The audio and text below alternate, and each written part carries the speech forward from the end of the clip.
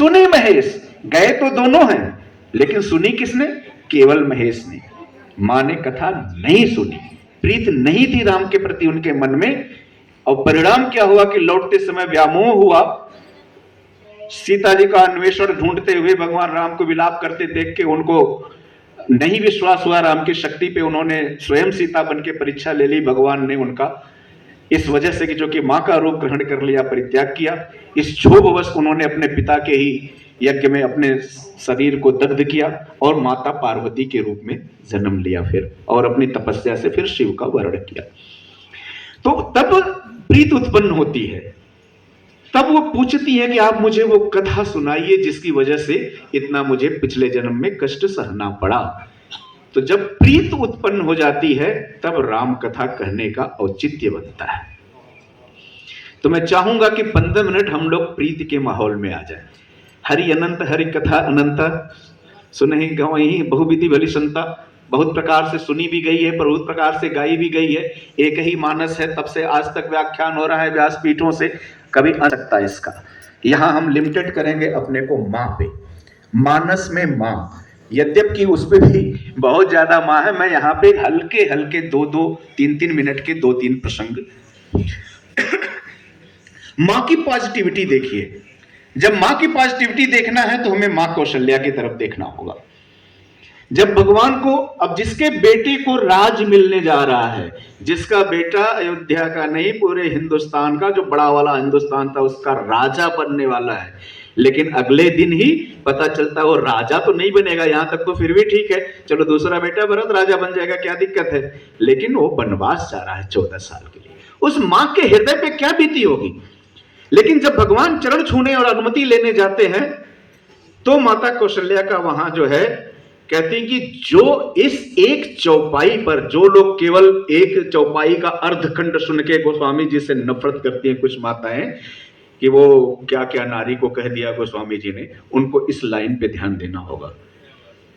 जो केवल पितवा यशुताता, किस प्रकार पुरुष से, पिता से बड़ी मां है, पुरुष से बड़ी नारी है, इसके लिए इस चौपाई पे पूरा मानस निछावर किया जा सकता है। माता कौशल्या ने भगवान राम से कहा कि जो केवल पितुआ यशुताता तो जिन जाओ जानी बड़ी माता। अगर दशरथ ने केवल कहा है कि तुम वन को जाओ तो मत जाओ, मैं आदेश देती हूं कि मत जाओ, जानी बड़ी माता। पिता के ऊपर मां बड़ी है। पिता के वचन को कोई मिटा सकता है तो मां मिटा सकती है, लेकिन जो पितु मातु कहे वो बन जाना। अगर दशरथ के साथ माता कैकेयी ने भी कहा है कि वन को जाओ तो कानन शत अवध समाना, तो तुम्हारे लिए जंगल ही सैकड़ों अवध के समान है। तुम अभी जाओ, निकल जाओ। ये है माँ, ये है हिंदुस्तानी माँ, ये हमारे आध्यात्मिक माँ है। और अब दूसरी माँ पे दो लाइनें।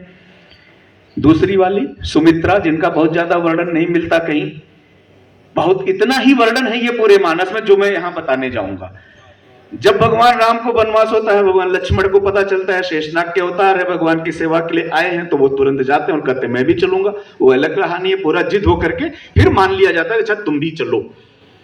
अब लक्ष्मण जाते हैं माता सुमित्रा से अनुमति लेने कि मां जो है मैं जाऊं कि ना जाऊं, मेरा तो पूरी इच्छा है। भाई से भी अनुमति ले ली है, बस आप मां है, आपसे अनुमति लेना ही है मुझे। तो उनका क्या कथन है, चलो राम को तो वनवास मिला था, माता कैकेयी ने उनको कहा कि तुम जाओ, लक्ष्मण को तो नहीं कहा था।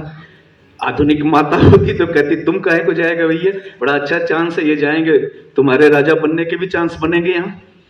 लेकिन वहां पे क्या लाइनें हैं, तहीं दिवस जहां भानु प्रकाशो, माता सुमित्रा ने जो लक्ष्मण से कहा, तहीं दिवस जहां भानु प्रकाशो, जहां सूर्य का प्रकाश है वही केवल दिन होता है। अब तहीं अवध जहां राम निवासो, जहां राम निवास करते हैं वही तुम्हारे लिए अवध है। जो पे सी राम बन जाई, अवध तुम्हारा काज कुछ नहीं।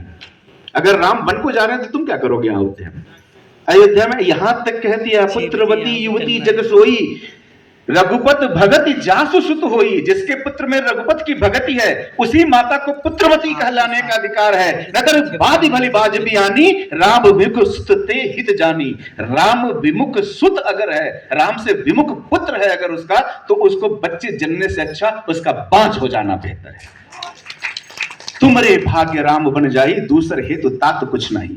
ये तो तुम्हारा सौभाग्य है। यहां रहते तो तीनों भाई सेवा करते, तुम्हें कहां मौका मिलता कि तुम्हारे भाग्य राम बन जाए। तो ऐसी मां है हिंदुस्तान में।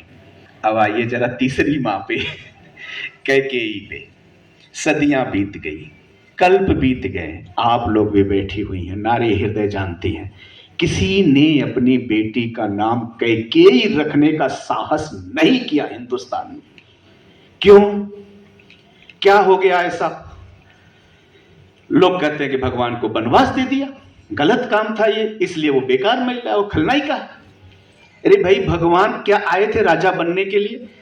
जितने भी लोग हाल में हैं, इस पे अगर मैं हाथ उठवाऊं कि क्या भगवान को अयोध्या का राजा बनने के लिए अवतार लिया था, तो कितने लोग सहमत होंगे? देख दो, हाथ न उठे।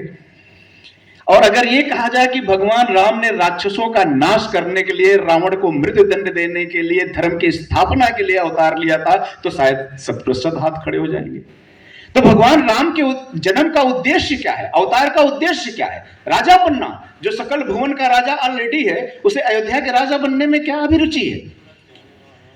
तो निश्चर भगवान राम, स्वयं गोस्वामी जी ने भगवान राम के मुख से उनके जन्म का उद्देश्य कहलवाया है चित्रकूट में। कहते हैं, वो निश्चरहीन करूं मही, भुज उठाए प्रणकीन, मुनि वर्ण के आश्रम जाय जाय सुख दीन। ये मेरे दो उद्देश्य हैं।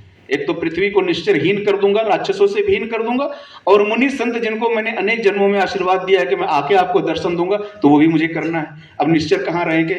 निश्चर कहाँ रहते हैं? आपके लखनऊ में थोड़े मिलेंगे। उस जमाने में, त्रेता युग में, राक्षस कहाँ मिलेंगे? वन में, जंगल में। साधु संत कहां मिलेंगे? वन में, जंगल में, जहां पानी भी हो, मंदाकिनी नदी हो। ऐसे जगह जाना है उनको। लेकिन जब मंथरा आके कहती है कैकेयी से पहले कुछ प्रश्न, तो उस समय की लाइनें क्या है? क्या लाइनें? पुनि अस कबहू कहू घर फोरी, तब धर जीभ कढ़ाऊं तोरी, प्राण ते अधिक प्राण प्रिय, प्राण ते अधिक राम प्रिय मोरे, तिनके तिलक छोभ कस्तूरी। मेरा पुत्र, मेरा बच्चा तो मुझे प्राणों से अधिक प्रिय है, उनके तिलक में तुमको छोप किसका बात हो गया? आज बोल दिया तो बोल दिया, पुनि अस कबहू कहू घर फोरी, तब धर जीभ कढ़ाऊं तोरी। ये कह करके भगा दिया मंथरा को। फिर क्या हो गया? फिर रात भर में क्या हो गया? कुछ तो हुआ ना।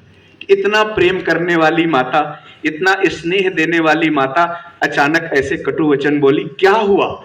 मानस के बाहर जाइए तो बहुत दृष्टांत है। मैं आइए राम का चिंतन देखते हैं, आपको इसका उत्तर मिल जाएगा। भगवान राम को जब पता चलता है कि मेरा कल राज तिलक होने वाला, पहले जमाने के राजा